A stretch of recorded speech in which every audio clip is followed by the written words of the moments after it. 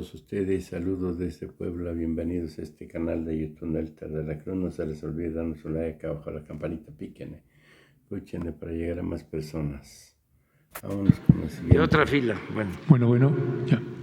Buenos días, presidente Ernesto Ledesma de Rompeviento TV. No sé si lo correcto va a ser sentarse o estar parado por las cámaras atrás. Sí, ok.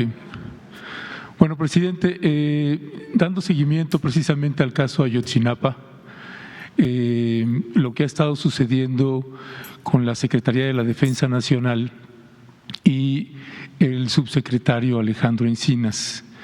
Hay varios elementos que quisiera colocar con usted para ver si usted puede darme una razón de esto. Uno, esta renuncia del fiscal especial Omar Gómez Trejo, en el que se señala, pues llegó el fiscal Alejandro Gertz Manero, le tomó prácticamente esa fiscalía, él fue desplazado cuando fue el caso de Murillo Karam y es parte de la inconformidad del fiscal. ¿Y por qué se permitió eso? He tenido algunas entrevistas con el abogado de los padres y madres de los normalistas, el abogado Vidulfo Rosales.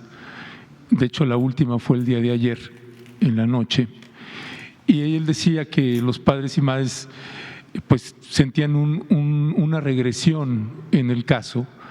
Él señalaba esta comisión que creó el presidente, había estado avanzando, había muy buenas señales hasta que llegaron al ejército. Cuando se llega y se toca al ejército, ahí entonces empieza toda una represión, una campaña mediática importante. Por ejemplo, se permitió, el secretario Luis Crescencio Sandoval permitió que un periodista como Jorge Fernández Menéndez entrara al campo militar número 1 y entrevistara al general que está en proceso, José Rodríguez Pérez. Algo inusual, ningún periodista tenemos ese tipo de accesos, pero el secretario de la Defensa Nacional permitió que se hiciera esta entrevista a modo donde se termina victimizando ahora a este general y hay una campaña intensa. Se permitió también que los abogados de estos 4 militares procesados, detenidos en el campo militar, dieran una conferencia de prensa en el campo militar número 1 en la puerta 8. Los señalamientos van contra el subsecretario Alejandro Encinas. ¿Y por qué se está permitiendo desde su gobierno que la Secretaría de la Defensa Nacional se lance en una campaña contra el subsecretario Alejandro Encinas? Que yo comparto la visión de usted, que es un hombre que ha hecho un trabajo muy pesado y es un tipo con una integridad probada y de pronto está sometido a una presión muy fuerte, pero ya no hablo de personas ajenas, sino al interior de su gobierno, y no hablo de una instancia menor, sino hablo del secretario de la Defensa Nacional, hablo de la Sedena. Y decía el abogado Vidulfo Rosales, dice, ¿por qué la institución es la que los está defendiendo? Si el ejército es pueblo uniformado y son civiles, decía Vidulfo Rosales, si el presidente ha dicho no es la institución, son militares en lo individual, pues entonces que se defiendan en lo individual. ¿Por qué es la Sedena la que está haciendo esta defensa contra ellos? Esa sería una primera pregunta, y si usted está de acuerdo en que se haga una campaña de esta naturaleza contra el subsecretario Alejandro Encinas. Casi todos los medios corporativos, presidente, los encabezados eran en ese sentido. El subsecretario Alejandro Encinas está politizando, que es lo que señalan este general que entrevistó Jorge Fernández Menéndez, y que de hecho le llamaba una vileza por parte del subsecretario Alejandro Encinas. Este periodista Jorge Fernández Menéndez también se le permitió el acceso en julio pasado a un programa especial con la Marina, con las Fuerzas Especiales de la Marina. Se le permitió entrar, hizo un reportaje amplísimo con los marinos ahí. Este periodista que lo ha denostado usted por tantos años, este periodista que hizo el documental La Noche de Iguala, donde criminalizan a los normalistas y respalda la famosa verdad histórica de Murillo Karam. ¿Por qué está sucediendo esto, presidente? Bueno, mira, es visión, ¿no? Es el punto de vista de cada quien y la información que se tiene y la interpretación que se le da a los hechos. Es un tema complejo. Alejandro Encina tiene todo nuestro apoyo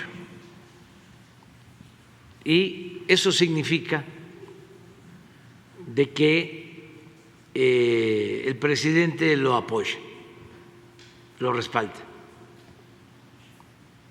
Pues por eso lo nombré responsable de la comisión y por eso hay un decreto. Y repito, 2 días después de que tomé posición, si no me equivoco, pero a ver si lo buscan. ¿Pero por qué una institución? Pues permíteme, Sí. permíteme.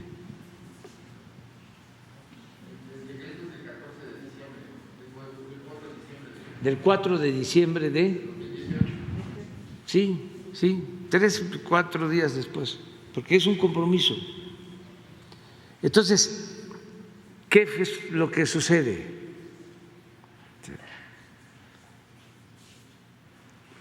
Yo le estoy pidiendo a Alejandro, porque sé de que hay muchos intereses de por medio. Bueno, tan es así que se hizo un llamado pacto de silencio y nos costó muchísimo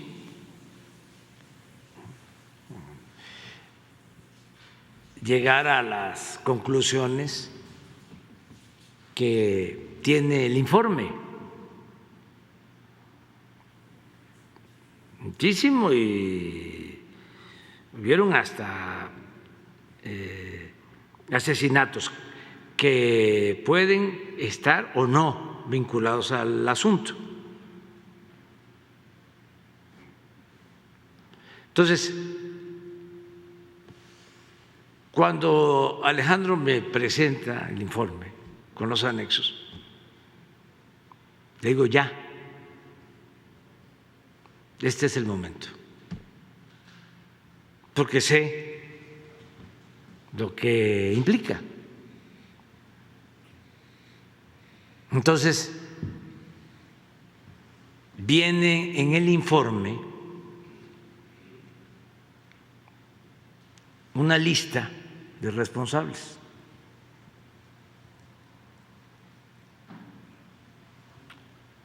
Acordamos con la Fiscalía y con el Poder Judicial de que esto iba a requerir de la colaboración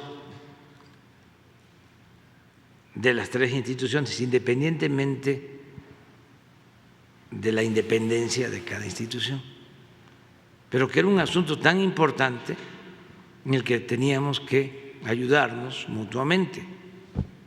Entonces, cuando se tiene el informe, se le plantea al fiscal, aquí está el informe, y queremos que se actúe, pero que se actúe ya, porque si el informe se filtra, como suele pasar, y pasa el tiempo, se van a escapar todos, no va a haber justicia. Sí me estás escuchando, ¿verdad? Perfectamente. Bueno, entonces, en muy poco tiempo se actuó a partir del informe. Cuando esto llega a la Fiscalía, ese informe llega a la Fiscalía, como ahí hay interpretaciones distintas, tratan, esa es mi interpretación, de dinamitar el proceso, porque estaba de por medio detener al procurador y estaba de por medio detener a militares.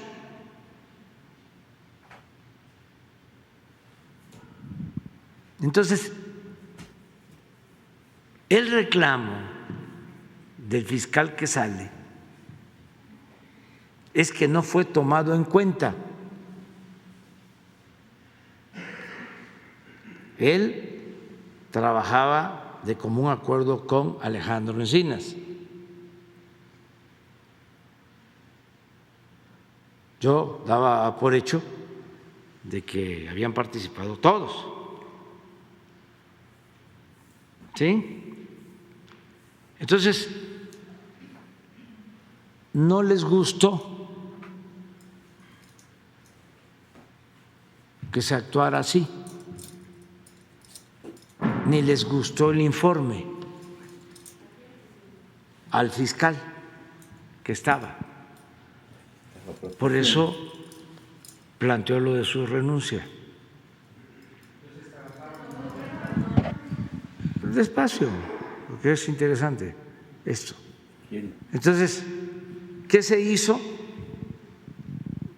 Se actuó con el informe de la comisión y se procedió. Costó algún trabajo conseguir las órdenes de aprehensión, porque además estoy seguro que algunos de los detenidos estaban muy confiados de que no iba a haber acción. Cuando dice costó, esas se refiere a las 20 órdenes de aprehensión contra militares. Sí, sí. Y no están en el informe las 20. O sea, por ejemplo, en el caso de los militares. Sí, están. Precisamente hablando con el abogado Vidulfo. No. Esos son exactamente los mismos. No. Yo puedo mostrarles el informe. A ver. Está atestado, pero ahorita les voy a presentar. No, ojalá y una parte no esté. Son 5 militares. Sí, y ahí están incluidos. Ponme la parte esa. Pero el subsecretario Alejandro Encinas, cuando hizo la presentación, él dijo específicamente 20 militares. No, 5. Y el abogado no tiene la información o está actuando de mala fe. No, sabe usted que por eso no tiene la información entonces. Pero qué bien que lo estamos aclarando. Sí. Entonces, en el informe son 5 militares. Pero para más detalle,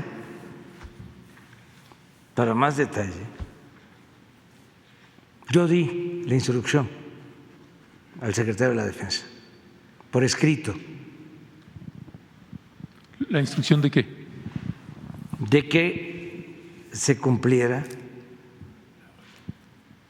con lo que establecía el informe de la comisión. No. El desistimiento No, yo le dije al secretario que los 5 responsables debían de asumir su responsabilidad. Entonces, cuando se actúa, pues sorpresa para todos. Y si tú dices que Jorge Fernández entra y hace una entrevista y que no sé quién le hace otra, eso les diría es secundario. Aquí lo importante es que se está haciendo justicia y todos tenemos derecho a la defensa. Las imputaciones que tiene ese general con base a la entrevista que le hizo puede Jorge Fernández, hacerlas. dice, no tienen que ver con el informe. Es lo que dice el general entrevistado. Él puede decir lo que quiera, como cualquier persona. Nada más de que la Fiscalía está actuando. Y en el informe se sostiene que el general, entonces coronel, estuvo implicado en la desaparición de los jóvenes, así como te lo estoy diciendo. Entonces, tal vez por eso en la Fiscalía, de todos los que tenían que ver, o por Murillo Karam, no querían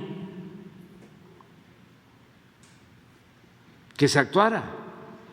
Me dicen, por ejemplo, los asesores que me vinieron a ver, dicen, es que si se hubiesen esperado,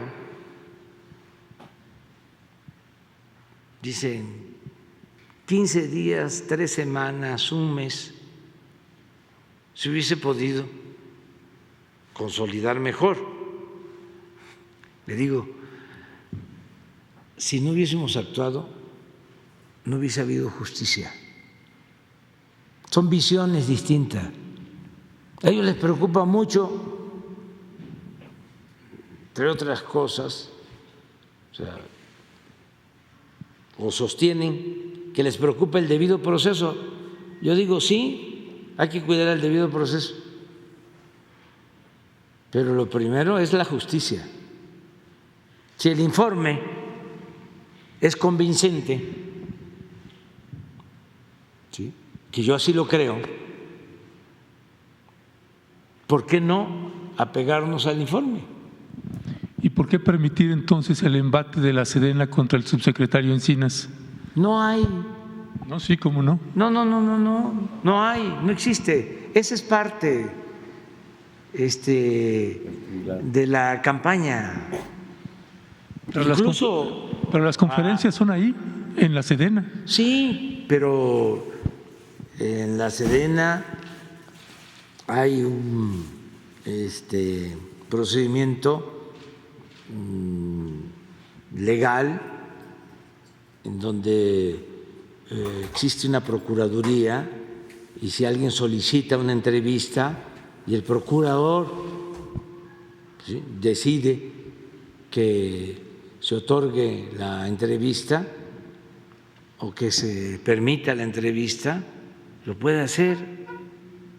A mí eso me tiene sin cuidado. Yo lo único que quiero es que si un servidor público, ¿sí?, o cualquier persona fue responsable, ¿sí?, de estos hechos, aunque no solo le dé entrevista a Jorge Fernández, que en efecto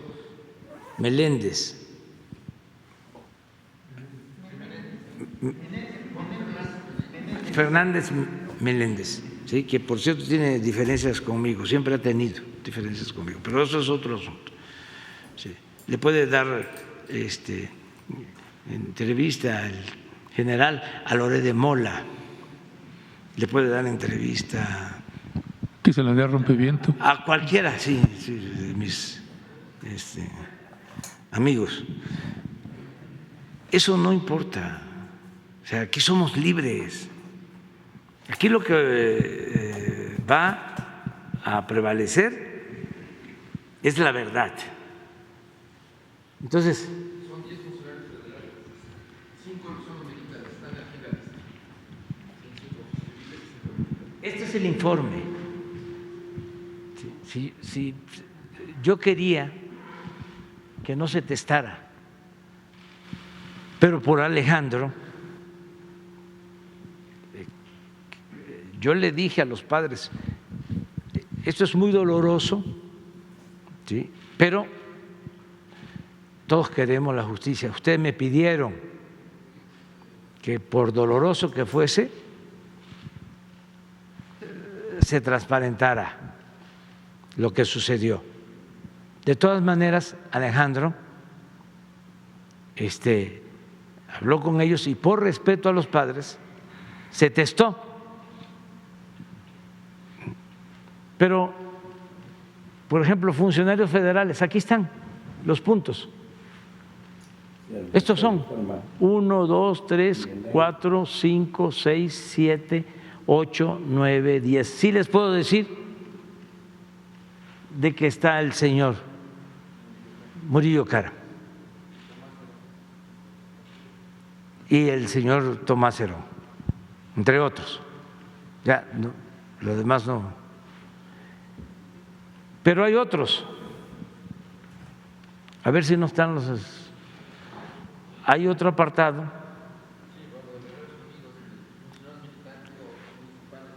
A ver, ahí. ¿Cómo dice? Esa es una, pero hay otros.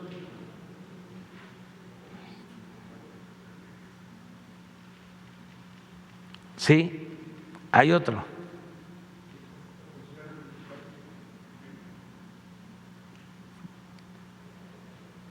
¿No hay otra de militares? ¿A dónde está? Estos federales.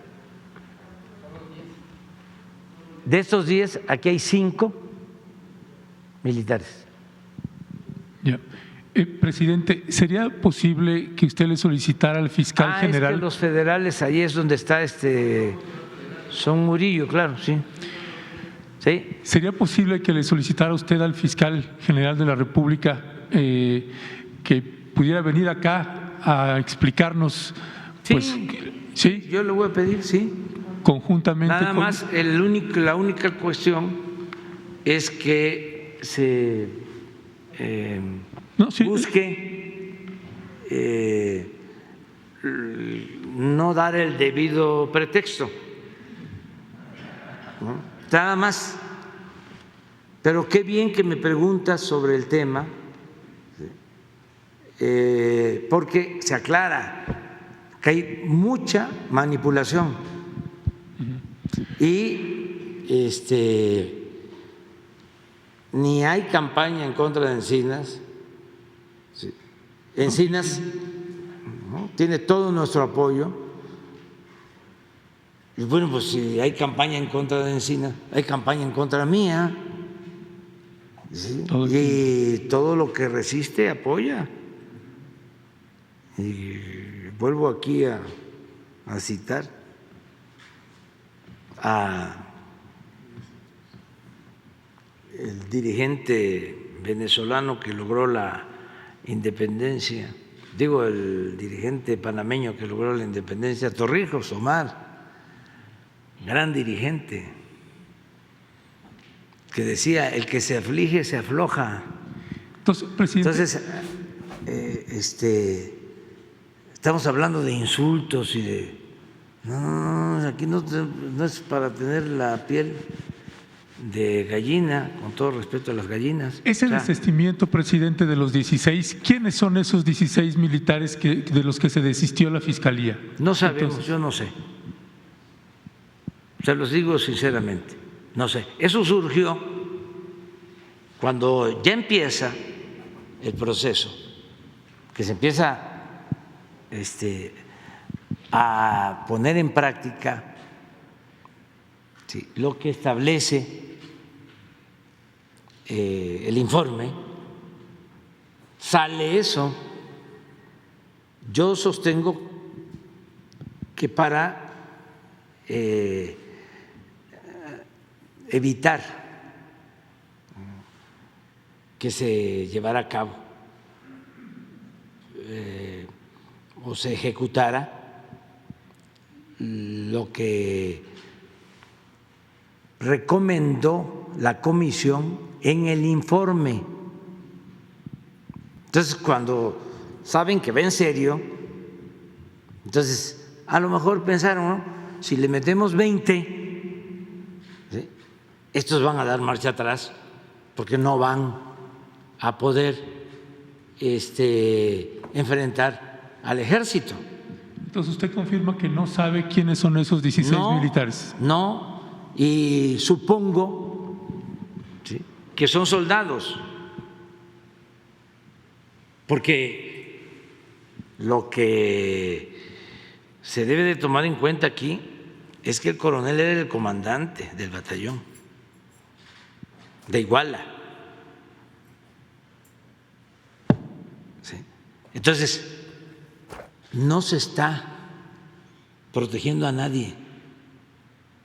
Yo siento que hubo una actuación ahí perversa, buscando como la hay ahora.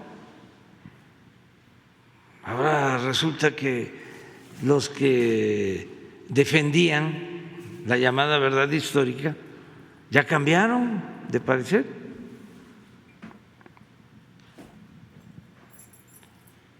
Pero aquí lo importante es la verdad en todo.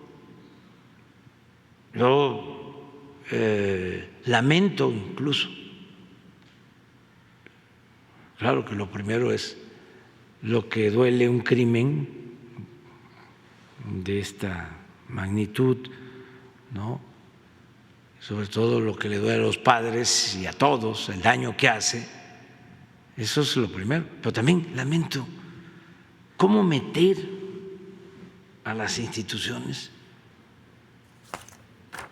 ¿sí?, en un conflicto de esta naturaleza. ¿Por qué debilitar al Estado?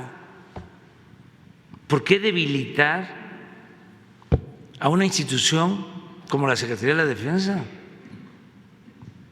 ¿Qué no se pudo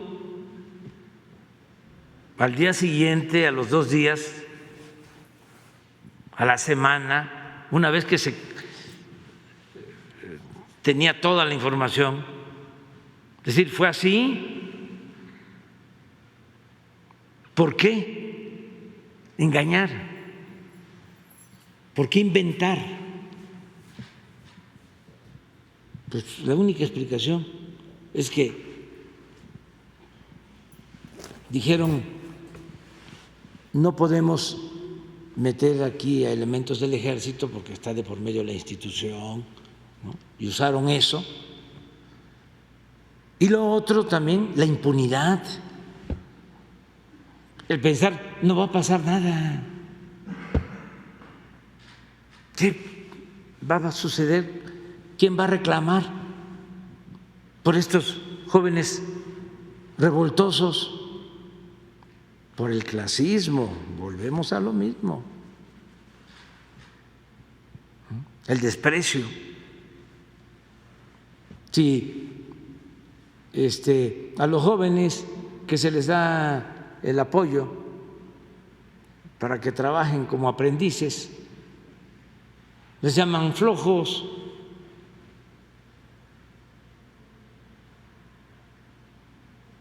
O sea, ¿qué hicieron con los jóvenes? En general, no solo con los jóvenes estudiantes.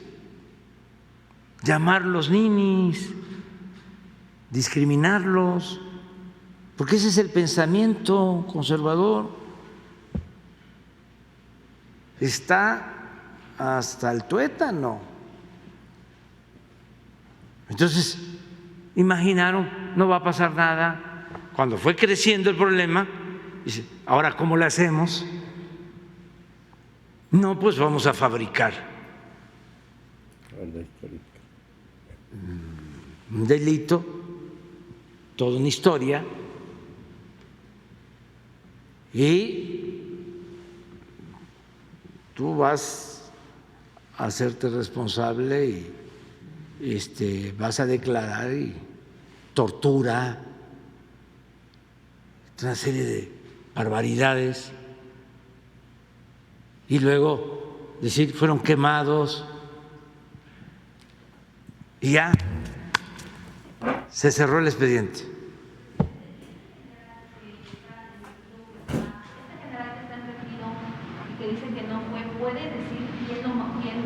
Claro, todos, el mismo procurador. Lo ascendió el general Cienfuegos. Sí, siempre hay. No, sí. Sí, cada año hay promoción. Ese es otro asunto. Ese es lo mismo de la entrevista de Jorge Fernández. No. Esos, los que están detenidos tienen derecho a la defensa y pueden hablar. Todos, ¿sí?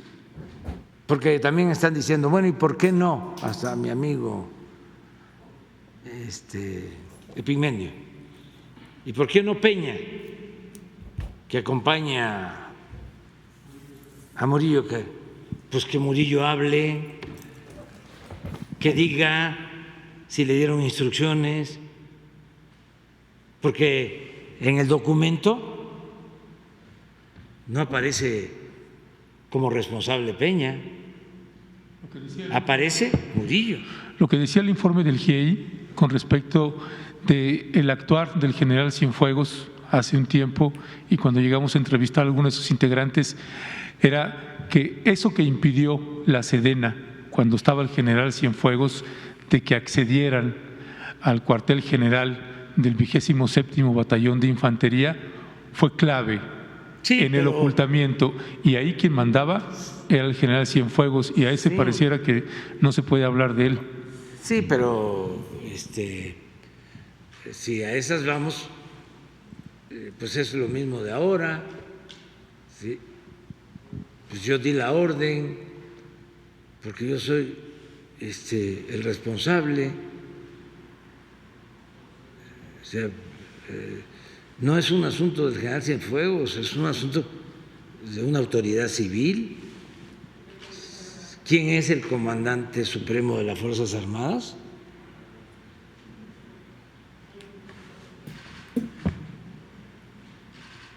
No, eso mínimo fue un error, mínimo, fue un error, porque ¿cómo es posible que se quiera ocultar una realidad? O sea, la verdad, ¿por qué? Yo sostengo hasta mi familia. Si un familiar mío, es un hijo, comete un delito, que se castigue. ¿Por qué? Porque a mí me pusieron aquí, del pueblo, para hacer justicia, o sea, no para ser cómplice, no para ser encubridor, no para la corrupción o para proteger la corrupción o mantener la impunidad. Y sí, contrario a lo que dice el abogado,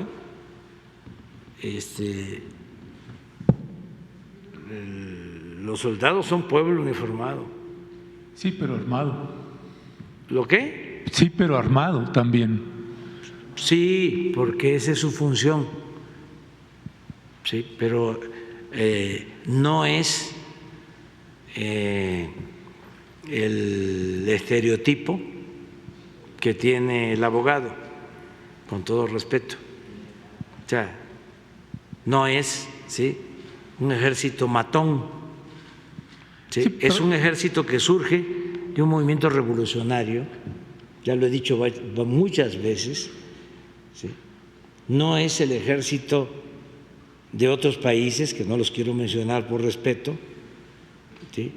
Y es un ejército que los errores que ha cometido se han originado por las órdenes que han recibido de autoridades civiles. Acabo de decir ahora de que el comandante supremo de las Fuerzas Armadas es el presidente. Hace poco, y el día 2 de octubre, no se olvida, Díaz Ordaz se responsabilizó. Y fue Díaz Ordaz y fue el ejército, pero fundamentalmente fue el Estado Mayor Presidencial. Eso está estudiado. Entonces, no es ese estereotipo, es decir, fue el ejército. No, participaron y se tiene que demostrar elementos del ejército, pero no querer socavar una institución. Pues eso es lo que hizo el embajador de Estados Unidos cuando Calderón, decir el ejército mexicano no sirve. Por eso necesitamos apoyarnos en la Marina, y les permitieron a los agentes extranjeros meterse como en su casa en el país. Y yo no dudo, por ejemplo, o sea, no descarto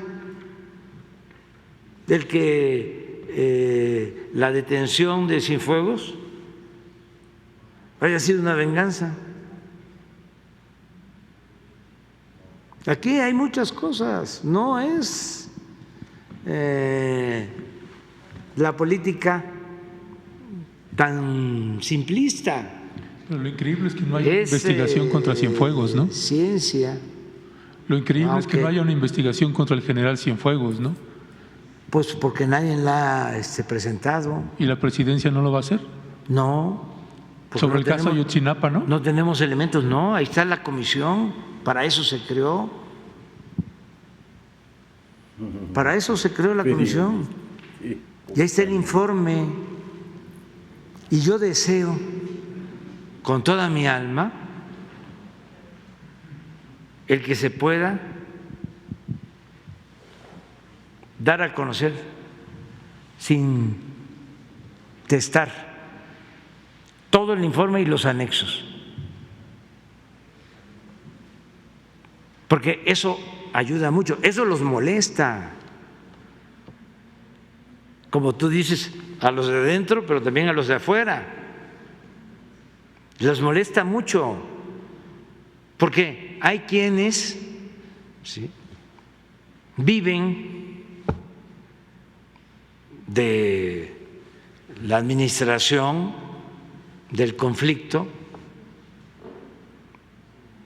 y entre más incertidumbre existe, entre menos información hay, mejor, porque eso da pie a conjeturas de todo tipo, de a inventar cosas. ¿Por qué les molesta tanto a la mañanera? Porque aquí es así. sea, es mensajes de ida y vuelta, es un diálogo circular. Si no existiera la mañanera, pues ¿cuáles serían las opiniones? Como era antes, había que sentarse a ver el noticiero, a ver qué nos quieren decir en esas fábricas de mentiras. A ver, ¿cómo nos van a manipular ahora? ¿Quién es el bueno? ¿Quién es el malo? ¿Qué callamos? ¿Qué decimos? ¿Cómo lo decimos? Bueno, pues hasta montajes en televisión. Así era. Ahora afortunadamente están las redes sociales, benditas redes sociales, aún con toda la manipulación que hay, el dinero. Por eso los de Twitter y las otras plataformas no son transparentes porque les cae muchísimo dinero, muchísimo dinero para manejar robots. Ahí está, cuando uno publica algo, ahí aparece. Dice, ¿quieres publicidad? Te vendo.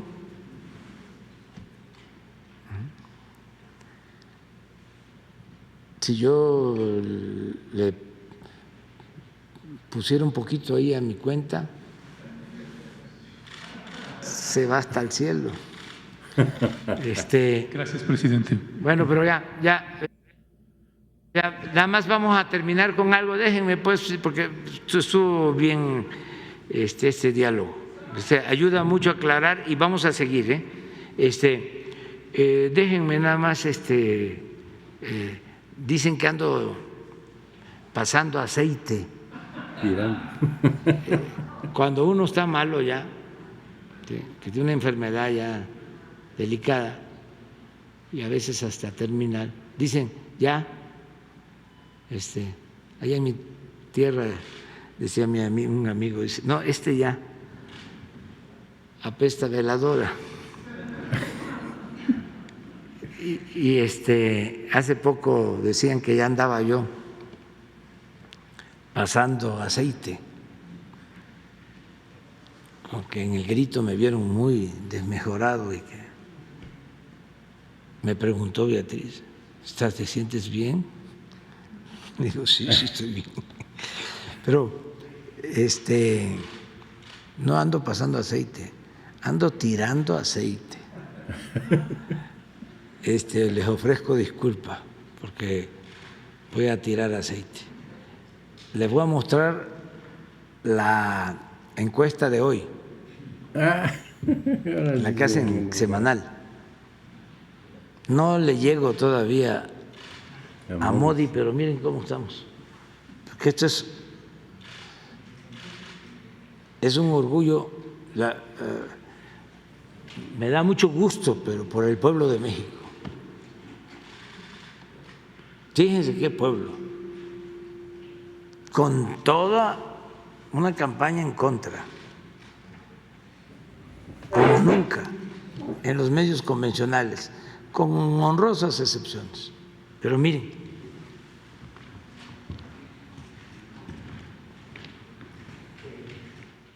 este es de hoy.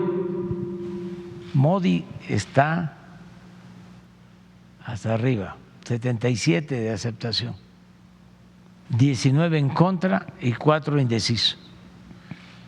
Pero seguimos nosotros, 70 de aceptación, 24 en contra, 6 indecisos. Luego Australia, 58, 29. Este es el positivo, negativo, ¿no? De todos, el balance. Hasta aquí es positivo. O sea que es 1, 2, 3, 4, 5, 6. 6. Y aquí es negativo.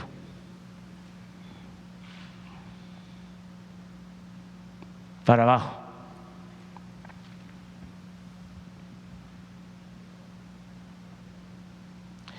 Y no es fácil ahora para los gobernantes. Una de las cosas que afecta mucho, por ejemplo, a los gobernantes europeos, es la inflación y la falta de gas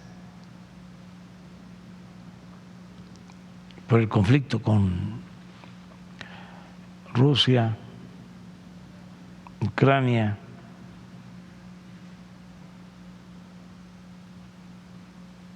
Y precisamente por eso, mira, canciller alemán, es eso que estoy comentándoles, porque además está la incertidumbre por el invierno y ellos tenían un contrato con Rusia de abasto de gas y tenían plantas nucleares de generación de energía y tomaron la decisión de cerrarlas y se quedaron básicamente con el abasto de gas de Rusia.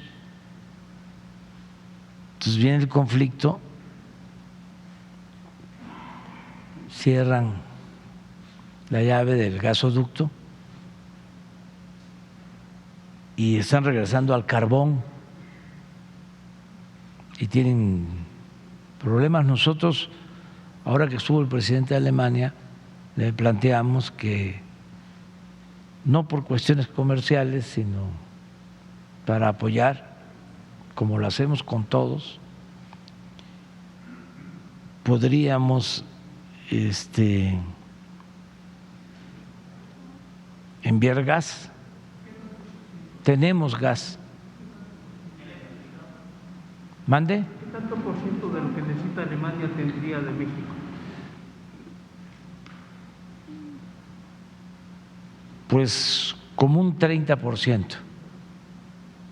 Sí, nada más llevaría tiempo porque necesitamos la construcción de 2 plantas de licuefacción para congelar el gas y mandarlo. Hay ahora ya una tecnología que tiene una empresa estadounidense, Fortress, con la que tenemos ya un acuerdo, en donde son barcos, no hace falta construir la planta en tierra, y en el mismo barco, ¿sí?, el gas se congela y se lleva y allá se regasifica, ¿sí?, en el puerto donde hay ductos. O sea, ya se ha avanzado en eso. De todas maneras, pues ellos tendrían que hacer el acuerdo con esta empresa estadounidense, pero nosotros sí tenemos disponibilidad de gas, porque hay contratos de gas para la Comisión Federal de Electricidad, tenemos gas excedente y tenemos gas que se está extrayendo de los nuevos campos petroleros que estamos explotando. Entonces, sí podríamos ayudar. Nada más, pues es cosa de que ellos lo decidan, como ayudamos ahora. Desde ayer enviamos un grupo de técnicos y de trabajadores electricistas a Cuba, y porque se quedaron sin energía eléctrica. Entonces tenemos que llevar a la práctica la fraternidad universal, ayudarnos mutuamente. Bueno, ahora sí, a desayunar. Bueno, Adiós, adiós. Dios, pues ahí está, terminó.